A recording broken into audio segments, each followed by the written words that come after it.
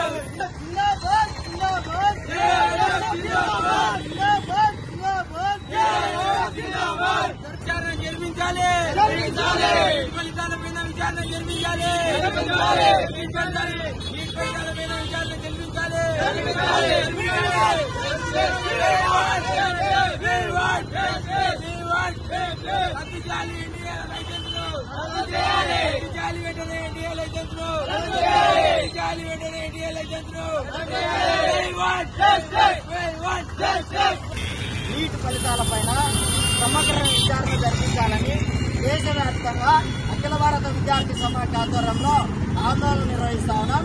ఇవాళ అందులో భాగంగా కడప జిల్లా వ్యాప్తంగా ఆందోళన నిర్వహిస్తా ఉన్నాం. మరి ఇవాళ నీట్ విద్యార్థులకు ఎన్టీఏ ఏదైతే నిర్వహించిందో ఈ ఫలితాలపైన సమగ్ర విచారణ జరిపించాలని ఆల్ ఇండియా స్టూడెంట్ ఫెడరేషన్ ఆధ్వర్యంలో ఆందోళన చేస్తా ఉన్నాం. ఇవాళ ఎన్టీఏ యొక్క లైసెన్సులు రద్దు చేయాలని చెప్పి డిమాండ్ చేస్తా ఉన్నాం.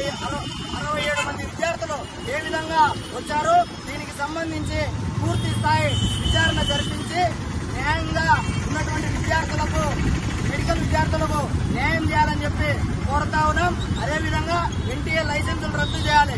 మెడికల్ విద్యార్థులకు అదేవిధంగా మెడికల్ కౌన్సిల్ ఆఫ్ ఇండియా కూడా చొరవ చూపట్టాలని చెప్పి కోరుతా ఉన్నాం. ఇవాళ రాష్ట్ర వ్యాప్తంగా వాటి యొక్క స్వయం ప్రతిపత్తిని దెబ్బతీసే విధంగా ఆ రోజు ఎన్టీఏ పరీక్షా విధానం నిర్వహిస్తా ఉంది. ఆల్ ఇండియా స్టూడెంట్ ఫెడరేషన్ గా చెప్తా ఉన్నాం. ఇవాళ రాష్ట్రంలో కావచ్చు, దేశంలో కావచ్చు, ఏవైతే ఫలితాలు ఉన్నాయో వీటిపైన సమగ్ర విచారణ జరిపించి ఎన్టీఏను లైసెన్సులు రద్దు చేయాలని చెప్పి కోరుతా ఉన్నాం. అదేవిధంగా 67 మందికి 720 మార్కులు వచ్చి ఆల్ ఇండియా ర్యాంకు వస్తే మిగిలినటువంటి విద్యార్థుల పరిస్థితి ఏంది? దీనికి సంబంధించి ఎన్టీఏను వివరణ కోరితే నేషనల్ టెస్ట్ ఏజెన్సీ చెప్తా ఉంది మేము లేట్ గా పరీక్షలు నిర్వహించాం కాబట్టి వాళ్ళకు మార్కులు యాడ్ చేశామని. దేశ చరిత్రలో ఎప్పుడూ లేని విధంగా పరీక్షలు లేటుగా నిర్వహిస్తే మార్కులు ఇచ్చినటువంటి సంస్థ ఏదైనా ఉందంటే అది కేవలం ఏకైక సంస్థ ఎన్టీఏ మాత్రమే. ఈ విధానాన్ని ఆల్ ఇండియా స్టూడెంట్ ఫెడరేషన్ తీవ్రంగా ఖండిస్తున్నాం, వ్యతిరేకిస్తున్నాం. వెంటనే సిట్టింగ్ జడ్జితో వీటిపైన ఫలితాలపైన సమగ్ర విచారణ జరిపించి ఎన్టీఏ లైసెన్సులు రద్దు చేసి మెడికల్ విద్యార్థులకు న్యాయం